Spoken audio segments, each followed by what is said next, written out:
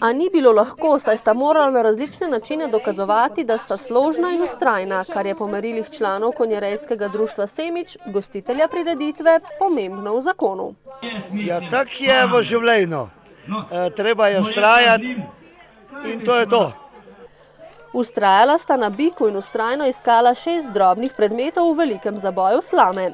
Še posebej slednja naloga jima je povzročila kar nekaj težav, a nista odnehala.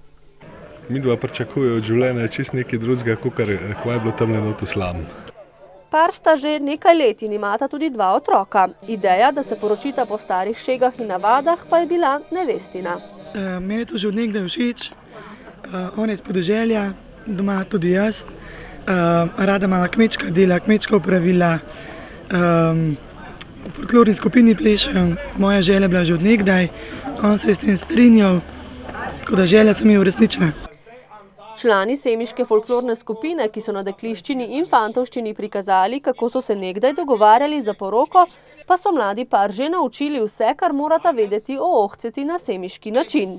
In kako jima gre? Kot namazan. Že od prvega dne. Mi bo obladal, oni pa še bolj. Pač smo imeli srečo, da sta v folklorni skupini že par let v drugi in sta se dobro vkopla v našo sredino. Sicer pa je dekliščina in fantovščina minila v veselem vzdušju in zagotovo bo tako tudi 14. julija na 18. semiški ohceti.